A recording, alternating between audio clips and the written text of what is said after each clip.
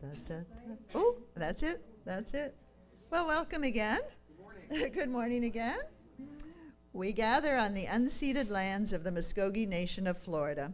We are grateful for the land and those who tended it before us. If you're visiting today, we look forward to meeting you over coffee and refreshments after the service. Please fill out a visitor card on the table by the front door, and we can send you our weekly newsletter by email so that you'll know what upcoming services will be and other events. Unitarian Universalism is a religion marked by freedom, acceptance, and reason. We have no set creed required for membership. We don't at all have the same beliefs about God, creation, and afterlife. Instead, we share these values or principles that are listed on your back of your order of service. We come here to question and to learn, both attention to the donation drive that is continuing for Cats versus Dogs. I am neutral, so unlike Denny, you're not, yeah, he's up to you with your vote. And both jars, there you go, raising money. Still working on organizing the pagan members for a new Cups chapter. And we have several people with quick announcements. We've got Kathy and Jane.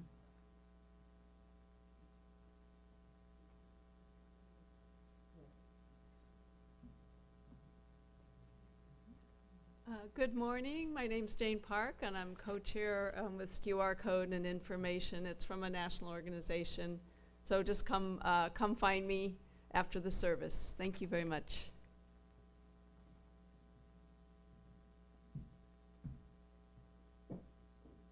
Good morning. I'm Kathy White, and when we arrived this morning, the little library is empty. So we do have some books that I took from our stash that Stacy showed me. But if any of you have any children's book,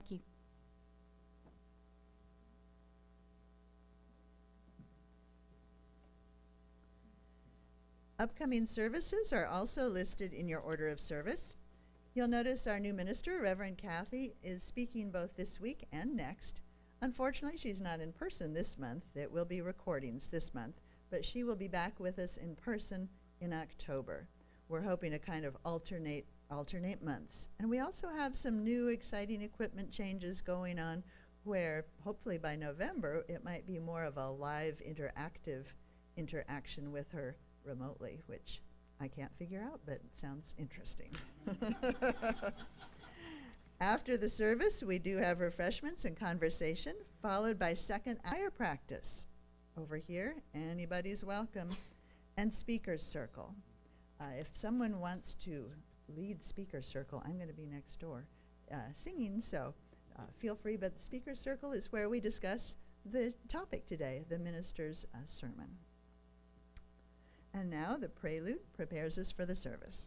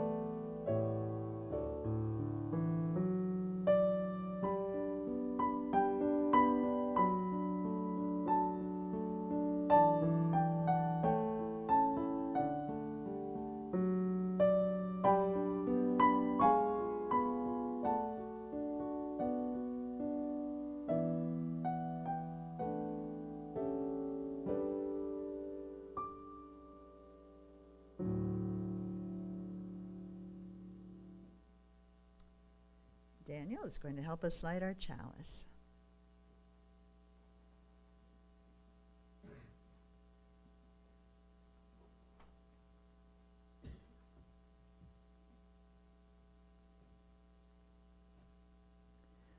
We light our chalice in the spirit of transformation.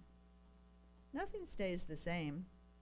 Everything moving, shifting, changing. Guide us all to a wild and holy vision of our shared humanity. Thank you.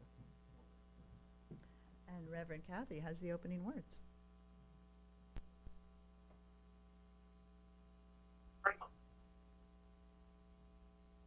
Good morning, all of you. I'm happy to be joining you for the service this morning. And yes, I know we're not really joining because you're in Florida, I'm in Virginia, and this is a recording. Nonetheless, we do believe that we are bound together in an interconnected web of existence. And what that means, I think, is that whenever we choose to be together, across time, across space, across experience, we are with one another in that choosing. So I stick by what I said. I'm happy to be with you this morning for the service. The opening words are attributed to Kalidasa, a Hindu sage. Look to this day, for it is life, the very life of life. In its brief course lie all the verities and realities of your existence. The bliss of growth, the glory of action, the splendor of beauty. For yesterday is but a memory, tomorrow only a dream. But today, well lived, makes every yesterday a memory of happiness, and every tomorrow a vision of hope. Look well, therefore, to this day.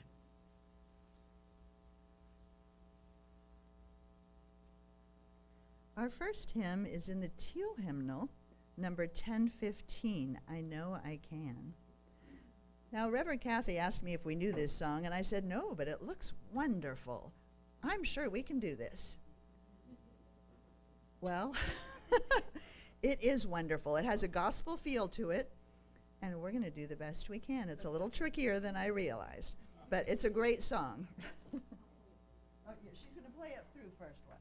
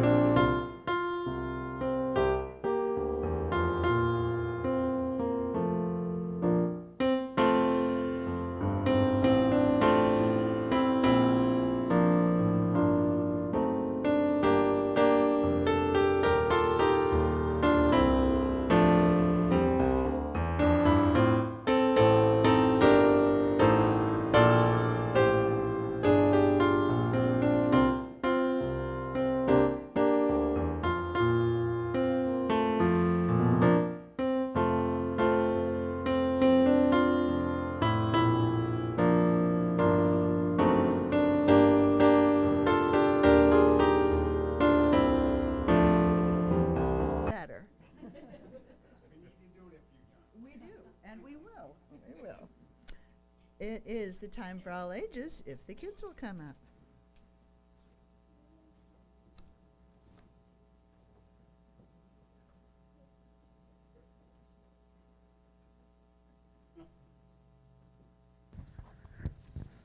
Hey there.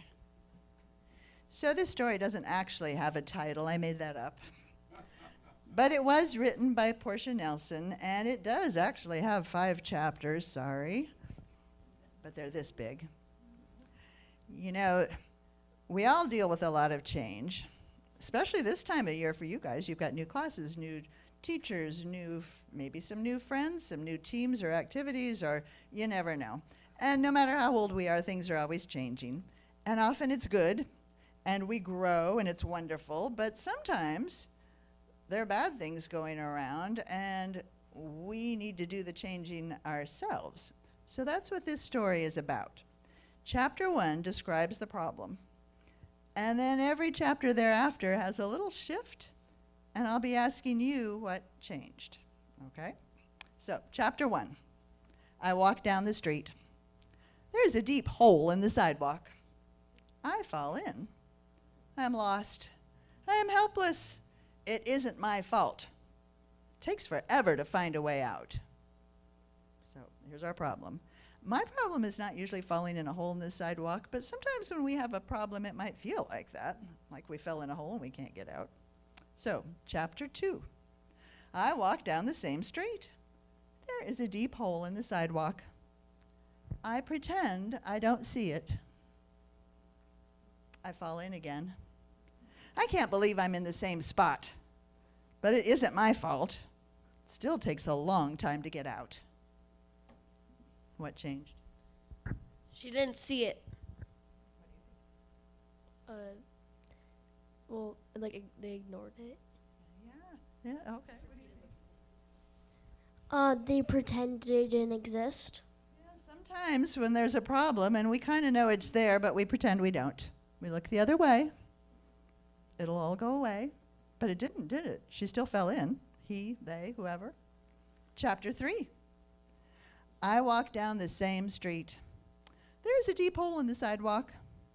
I see it is still there. I still fall in. It's a habit. My eyes are open. I know where I am. It is my fault. I get out immediately. What's different? They say it's their fault instead of. So starting to take some responsibility. Like I really do know the problem's there, and it is kind of my fault if I fall in. But she still did it. He still did it because it's a habit. It's hard to get rid of bad habits. Chapter 4. I walk down the same street. There's a deep hole in the sidewalk. I walk around it. Now they're evading their problems. What he said. Yeah. That's one way of looking at it. All right. So they did take some action, didn't fall in this time, saw the problem, recognized it, it took some responsibility for it, did a little action to not fall in. So you'd think that might be the end of the story, but we've got 5 chapters. Sometimes evading is bad. Sometimes you have to take a different action, yeah? So we've got a chapter left. What could be even better? They fixed the deep. If somebody's being hurt, you might need to take more involved action. But if your bad habit is something like you keep not doing your homework, or you're hanging out with some kids that keep getting you in trouble and maybe you shouldn't be hanging out with them, but you can't, it's hard to resist, and you might need to go do something else instead. Go somewhere else instead and solve your own problems. So many problems, the change takes all those steps. We might not even recognize it at first, and then we start at least recognizing it, and then taking a little responsibility, like, yeah, kind of is something I could do something about, and then that awareness leading to empowerment and taking action one way or the other. So, thank you for listening. Bye.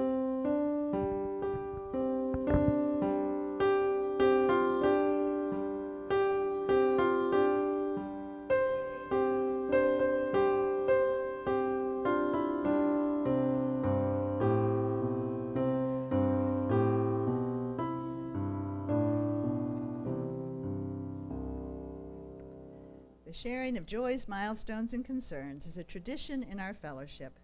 You're welcome.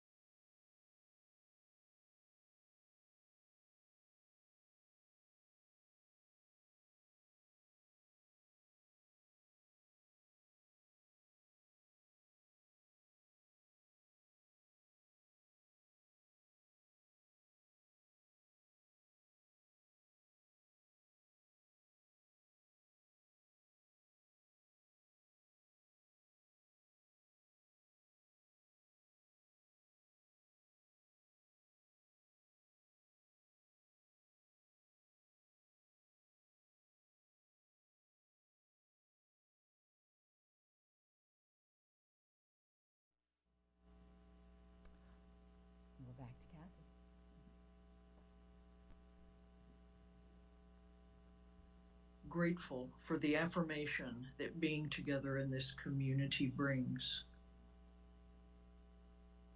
Let us have hearts open with humility.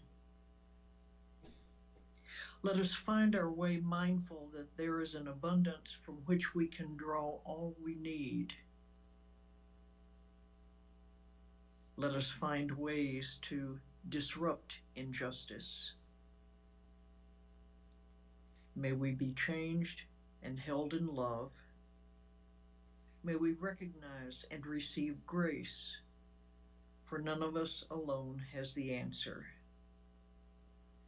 May it be so. Amen. After our song of dedication, the greeters will take up the off for your pledge. We also have a tradition we call Share the Plate, where we equally split cash donations and unmarked checks with a local charity. For September, our Share the Plate partner is Shelter House. Shelter House is the state-certified domestic violence center for Okaloosa and Walton counties. Please be generous.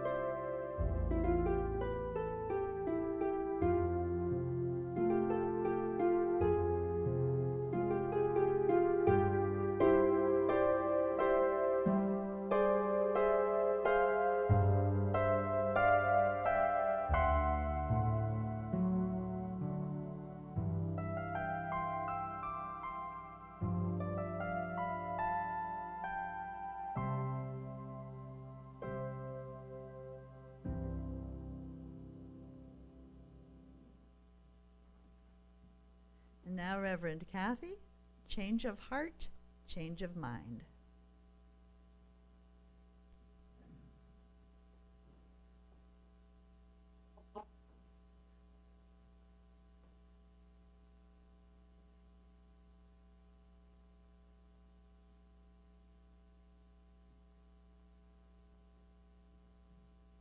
To begin this morning, consider a question. How many of you hold significantly different political beliefs from those you heard your parents articulating when you were growing up, or what you heard from the people who raised you? And consider, do you hold significantly different religious beliefs from those held by your parents or the people who raised you?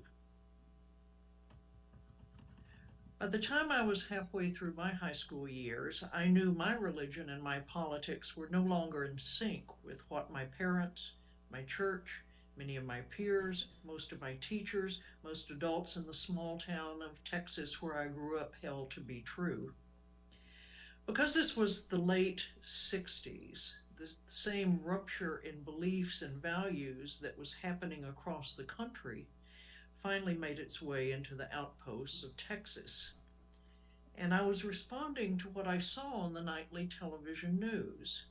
Did I truly believe the different messages about God, about war, about drugs, about sex, about happiness, about life's meaning that were being broadcast by people who were utterly different from those all around me? Or was my change in politics and religion more the product of typical adolescent revolt against adult systems? And I was doing little more than just saying no, because saying no is what teenagers do. What first inspired you to break from the politics and religion of your parents or the people who raised you, however that break showed up, if it showed up? Within our 7 Unitarian Universalist principles, core statements of the 4th principle. To be on a search implies that I'm looking for something else or something more than what's already present in me and my life. Some searching is motivated simply by curiosity. Some searching seems to be hardwired into us and inspired either because the initial language says we affirm and promote, suggesting that being on a spiritual search is kind of expected of us. The corollary expectation would be that we're not to get too comfortable with any set of values, not to get too attached to any set of beliefs. Getting comfortable, getting attached to something different. You might find yourself some Sundays wondering whether this community is a comfortable place for you. Or if it is a comfortable place for you, then just how long will it be comfortable? We come to our spiritual community with conflicting expectations, hoping it will be a comfortable place for us to land. Hearing that challenge to embark on a search for truth and meaning and feeling drawn to push the existing norms to see what more is possible here. Some Sundays, this may be a wonderfully comfortable environment, a true sanctuary. Some Sundays, things may be spoken that elicit discomfort, and both those responses are normal, even desirable.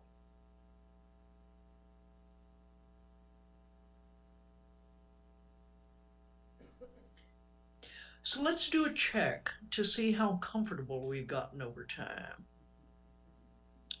Consider how many of you have significantly changed your religious beliefs, your spiritual practices, your core values in, say, the last 5 years.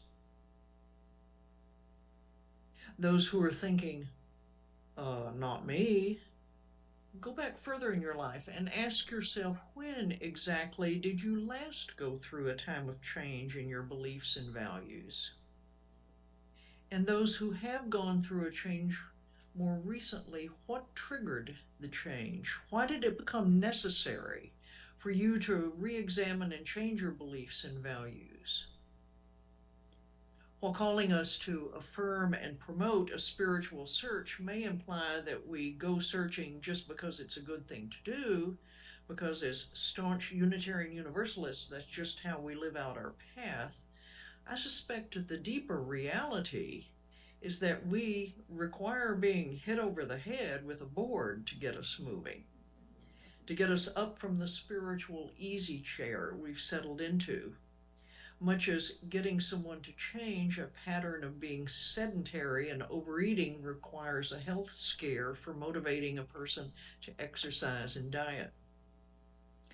Oh, I may surge, in a manner of speaking, by reading books that present me with a different perspective.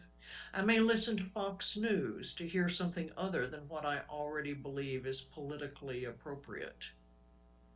But those endeavors do not really count for what our 4th principle envisions as a search for truth and meaning. Spiritual searching is a deeply serious business in the same manner that a person whose hair is on fire seeks a pond. program on the History Channel to learn a bit of background on burning hair. If your hair is on fire, you're probably not going to head off for work or run errands as you usually would, because when your hair is an urgency, we may require the kind of pain that burning hair would bring. The company we work for files for bankruptcy. It's up for grabs. We have no choice but to head out there, desperately looking for a pond, driven to find the truth or meaning that will enable us to make it through another day without falling completely apart. Wind or a sprinkle of rain might suffice to put them out.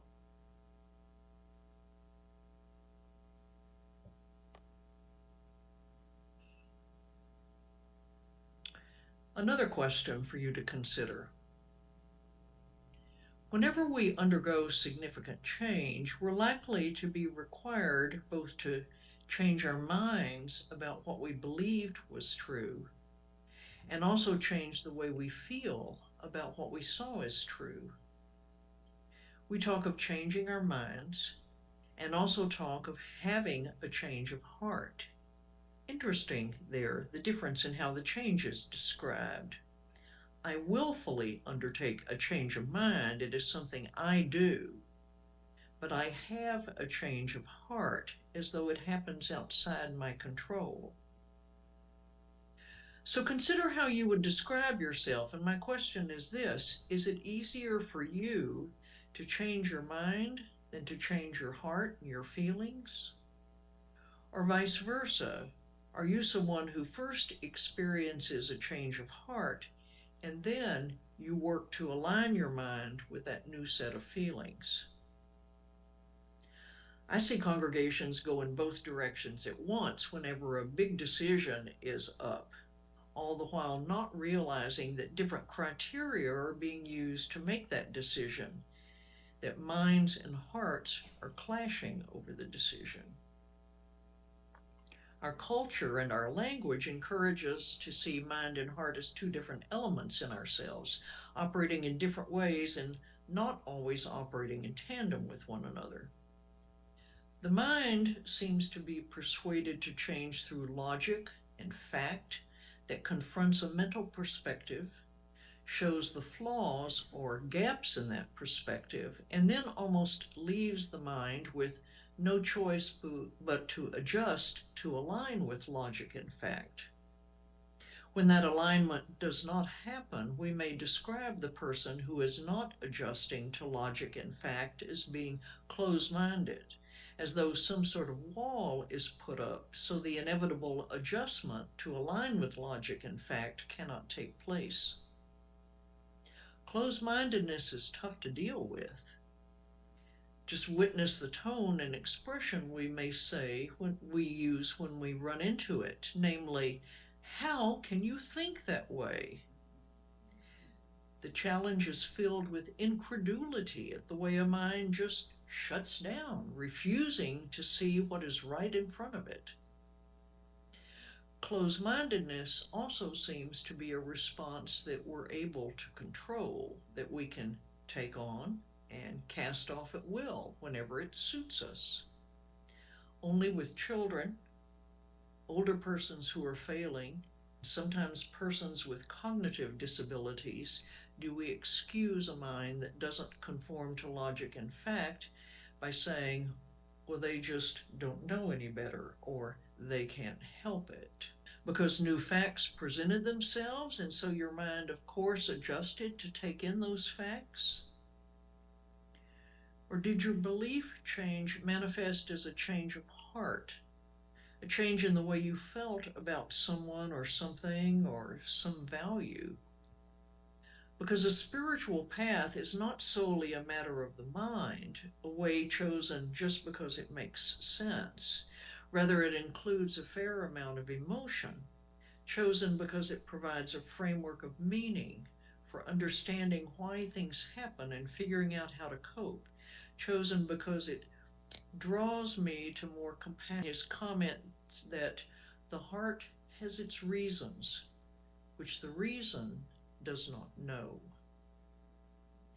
Just as a change of mind follows a kind of logic, so Pascal, with his use of that word reason, saw a kind of logic and emotional change, but a very different logic than what draws the mind.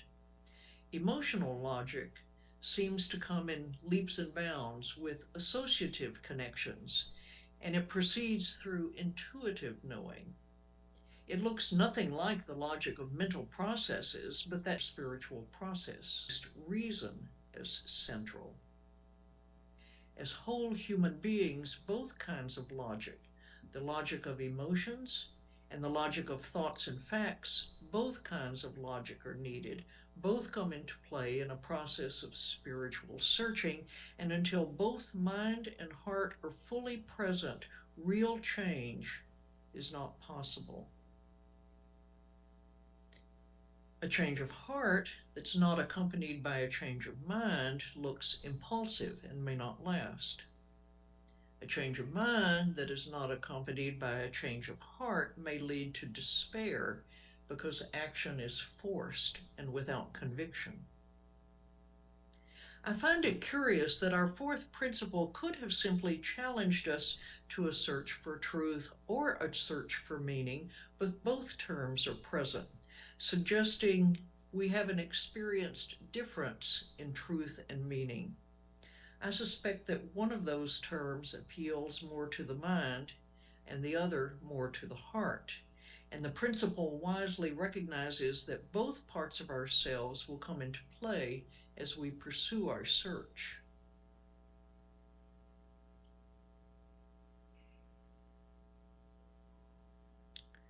When did you last change your mind? When did you last have a change of heart? Some psychologists claim that humans tend to resist change of any sort and are most resistant of change that would be in their best interests. Hard to accept that we might function in such a short-sighted way, but the resistance is not so much because we're pig-headed, but because change always comes with a loss. Plunge into a new career, no matter how much better my life might be if I made some changes, still in all, I will hold back because the familiar, no matter how much it's hurting me, the familiar can seem so much easier, even better than what is unknown. Using the image of fire again, author Mark Nepo describes the moment when our old ways are clearly not working anymore, and yet still we hesitate to move away from them. He writes, "Living long enough, we each find ourselves surrounded by an old way of being, thinking, or loving that is going up in flames. In that unexpected moment, we usually find ourselves full of fear, feeling trapped by an old way of life coming in on us. But this is the passage of rebirth that we must move through if our lives are to unfold. It is the momentary and painful crossing from what is old into what is new. It is understandable to stall at that wall of flame, not wanting to face all that is burning around us. Yet, old ways can burn forever, and waiting for the flames to go out seldom works. We can waste years in that waiting. Like a frightened person in a burning boat, we must trust that the greater sea we are jumping into will douse whatever catches fire as we move through. This is what faith is all about. Without trying to be brave, and with great fear, I have stumbled and jumped through many walls of flame. Sometimes I more fell through a wall than jumped. Yet once in the sea of life beyond myself, the world continued and I healed."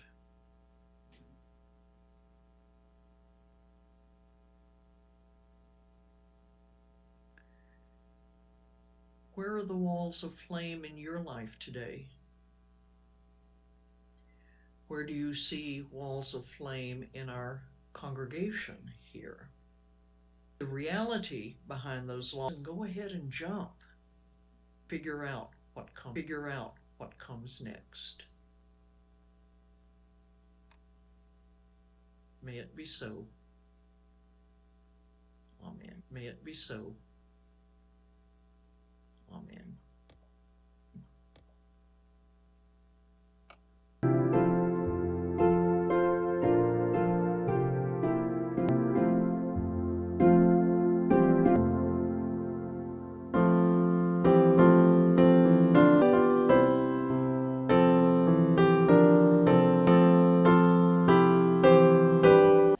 Between us, in our communities, unknown, between the familiar and the perhaps bold and risky possibilities that may be there waiting.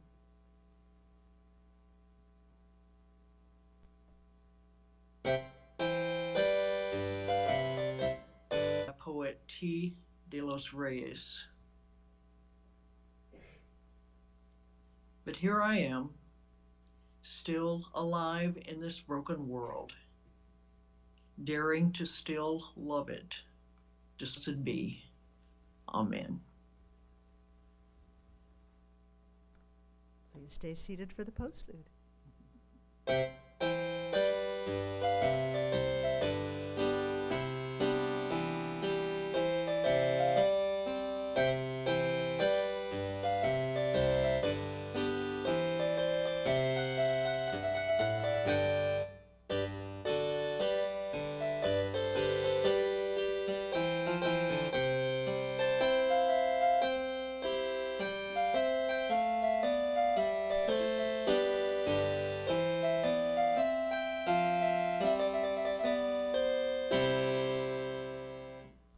Thank you for coming. I see some delicious food in the back. Please stay and enjoy, and stay for second hour if you're able. Thank you.